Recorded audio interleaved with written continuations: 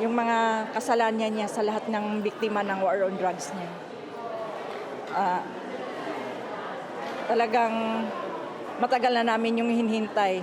10 years na po kami naghihintay ng hustisya na makamtan namin. On vous parle de la Cour pénale internationale qui amorce une série d'audiences pour déterminer si l'ancien président philippin Rodrigo Duterte sera jugé pour crime contre l'humanité. On retrouve à La Haye, aux Pays-Bas, notre envoyée spéciale Sophie Langlois. Alors, Sophie, d'abord, peut-être nous expliquer ce que l'on reproche à Duterte. On lui reproche d'être responsable directement ou indirectement de milliers de meurtres, d'exécutions arbitraires perpétrées par des milices contre des trafiquants de drogue. Je me disais aujourd'hui, en écoutant la poursuite présenter sa preuve, que si Duterte avait lui-même pu répondre à cette question-là, il vous dirait probablement qu'on lui reproche d'avoir été trop efficace, trop performant dans cette lutte qu'il a enclenchée quand il était d'abord maire puis président contre le trafic de drogue. Le problème, c'est que ce ne sont pas les forces de l'ordre qui exécutaient ces assassinats après qu'on ait trouvé, que des tribunaux aient jugé coupables ces trafiquants de drogue, mais bien qu'on les tuait quand on présumait qu'ils vendaient de la drogue. On s'attaquait même à de simples petits pushers du coin de la rue. Or, comme on a ratissé très large, comme ces milices, on les a appelés les escadrons de la mort, des Death Squad, lui-même, quand il était maire de Davao, avant de devenir président, il avait créé ces escadrons de la mort et il se vantait qu'elles étaient très efficaces. À une question posée par une journaliste qui lui disait « Mais on vous accuse d'avoir tué ou d'avoir fait tuer de présumés criminels, mais tous n'étaient pas criminels. » Et il dit « Vous me sous-estimez. On n'en a pas éliminé 700, mais bien 1700. » Et c'est ce qui fait que Davao, notre ville, est devenue la plus sécuritaire au monde. D'ailleurs, cette réputation d'homme fort lui a valu de devenir président parce qu'il a promis dans sa campagne présidentielle ce que j'ai réussi à faire à Davao. Je vais maintenant l'amener à l'échelle nationale si vous m'élisez président. Et c'est aussi ce qu'il a fait quand il a été président, c'est-à-dire d'envoyer des hommes forts à la recherche de trafiquants de drogue qu'on tuait sans procès. Et je vous propose d'écouter donc un extrait du principal avocat de la défense qui a présenté des éléments de cette preuve aujourd'hui. As mayor, he created a death squad. A leader who creates, leads, arms, and funds a death squad is not interested in due process. Mr. Duterte boasted about the killings that resulted in thousands of deaths at his order. And not once, at any time, has he shown any remorse. Bon, Sophie, c'est pas son procès comme tel qui débute, là, mais des audiences de confirmation des charges. Hein? Alors, qu'est-ce qu'on tente de démontrer dans ces audiences-là? Bien, du côté de la poursuite, on présente des preuves et on espère convaincre les trois juges femmes qui président cette procédure, qu'il y a matière à procès. Donc, la preuve est assez solide pour aller en procès et donc avoir des chances de condamner Rodrigo Duterte. De son côté, la défense fera la même chose, donc de prouver, d'essayer de convaincre les juges que ces preuves ne tiennent pas la route, qu'elles ne sont pas solides, avec une propre contre-preuve. Et c'est dans plusieurs mois que les juges trancheront et publieront leur décision, à savoir s'il y aura procès ou non. Mais il faut bien comprendre que Duterte est déjà détenu à La Haye depuis 1 an. Et c'est ce qui fait dire aux critiques de la Cour que toutes ces procédures-là sont toujours trop longues et ça contribue à miner la crédibilité de cette Cour pénale internationale qui est encore très jeune, qui n'a que 23 ans. On en parlera peut-être un peu plus tard. Est-ce que Duterte est présent? Il n'est pas présent. Il avait le droit de refuser d'être présent à cette procédure parce qu'il n'avait pas à prendre la parole, il n'avait pas à répondre à des questions. Vous savez, il a 81 ans, sa santé est un peu chancelante. D'ailleurs, ses avocats avaient essayé de convaincre la Cour qu'il n'était pas en état de subir cette procédure et ce procès, mais la Cour a commandé des évaluations indépendante à 3 médecins et les 3 ont conclu de façon indépendante qu'il avait les moyens, qu'il avait l'État une santé nécessaire pour suivre ces procédures. Bon, mais ça, c'est clair. Il a des supporters hein, qui sont venus quand même le supporter jusqu'à la haie. Oui, parce que eux prétendent que leur ancien président aurait dû être jugé non pas ici, à La Haye, par une instance étrangère, mais bien par les tribunaux philippins. Je vous propose d'écouter l'un d'entre eux. Our country has a working Supreme Court, and it has a slap towards the sovereignty of the Filipino people and the Philippines itself. Maybe we need to have an alternative ICC that actually chase after the right criminals. Where is Netanyahu? Where is Putin? Bon, et la justice internationale, Sophie, elle est la cible de nombreuses attaques. On voit les Américains, entre autres M. Trump, qui sanctionnent certains juges. Et c'est difficile personnellement pour les magistrats, pour certains magistrats.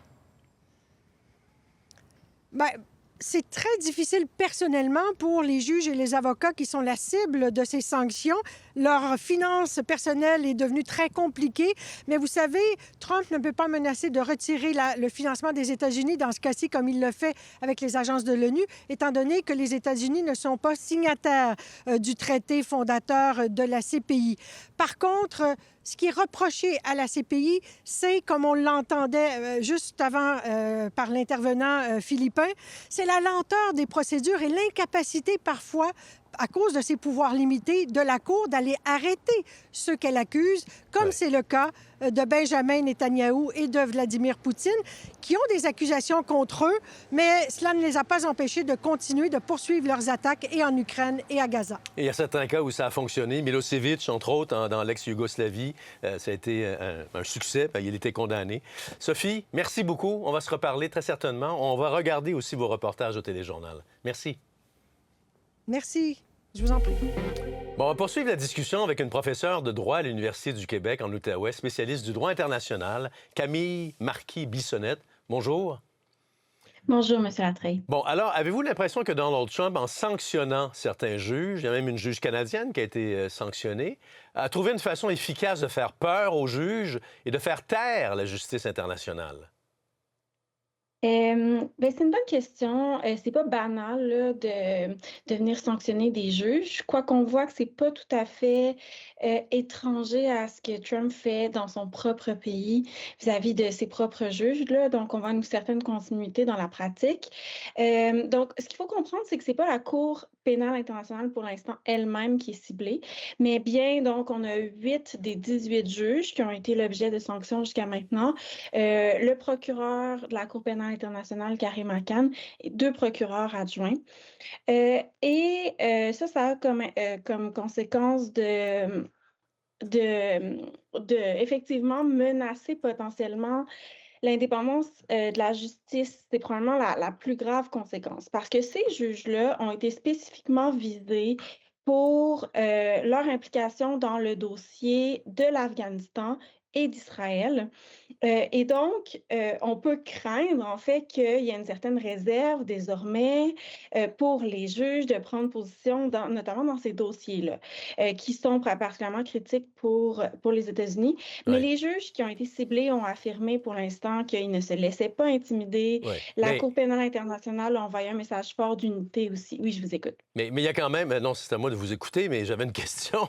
Il y a quand même des conséquences, hein, et ces juges-là, psychologiques et financières, ces juges-là se retrouvent sur une liste parmi lesquels se trouvent aussi des criminels notoires, des terroristes, et il y a des embêtements sur le plan financier. On coupe leur carte de crédit, ils n'ont plus accès à leur crédit, plus accès à leur banque. C'est un problème là, pour ces juges qui sont touchés par ces sanctions-là. C'est vraiment un lourd prix à payer pour faire son travail, finalement, qui est un travail qui est pas facile, hein, qui est de mener la justice pénale internationale. Tant dans le cas des procureurs que des juges, c'est des gens qui s'impliquent vraiment dans un idéal de rendre la justice internationale pénale, puis de juger les plus hauts responsables des plus graves crimes. Donc oui, c'est vraiment un lourd tribut qui leur est imposé. Donc on parle de sanctions financières, comme vous le disiez, donc ça touche effectivement leur carte de crédit, certaines transactions financières, leur compte de banque dans certains cas, leur carte de crédit, la carte de débit aussi dans certains cas, également certaines transactions, par exemple, avec des entreprises américaines. Puis aussi, évidemment, il y a une interdiction d'entrée sur le sol américain, ce qui peut poser problème aussi dans le contexte où, ben, non seulement dans le contexte personnel, mais aussi dans le contexte où l'Assemblée des États parties, qui est un peu comme, si vous voulez, l'Assemblée générale de la Cour pénale internationale, qui regroupe les 125 États membres, se réunit une année sur 2 à New York. Et donc, ça veut dire que les juges ne peuvent pas, les juges qui sont soumis à des sanctions ne peuvent pas être présents, ni même, d'ailleurs, les procureurs Sur et le procureurs territoire adjoints. américain, oui. Exact. Est-ce que vous avez l'impression que ça pourrait éventuellement, ou même en ce moment, décourager certains magistrats de haute stature de siéger éventuellement à la Cour pénale internationale et d'être actifs dans ce type de droit important là, pour l'humanité? Ben, effectivement, ma réponse n'est que purement spéculative, mais c'est sûr qu'imposer un prix comme ça à payer, c'est pas banal, puis c'est pas tout le monde qui est prêt à le porter, probablement, effectivement. Donc oui, effectivement, ça a un coût pour la Cour pénale internationale en termes probablement de recrutement, mais aussi, comme on dit, d'indépendance, d'impartialité.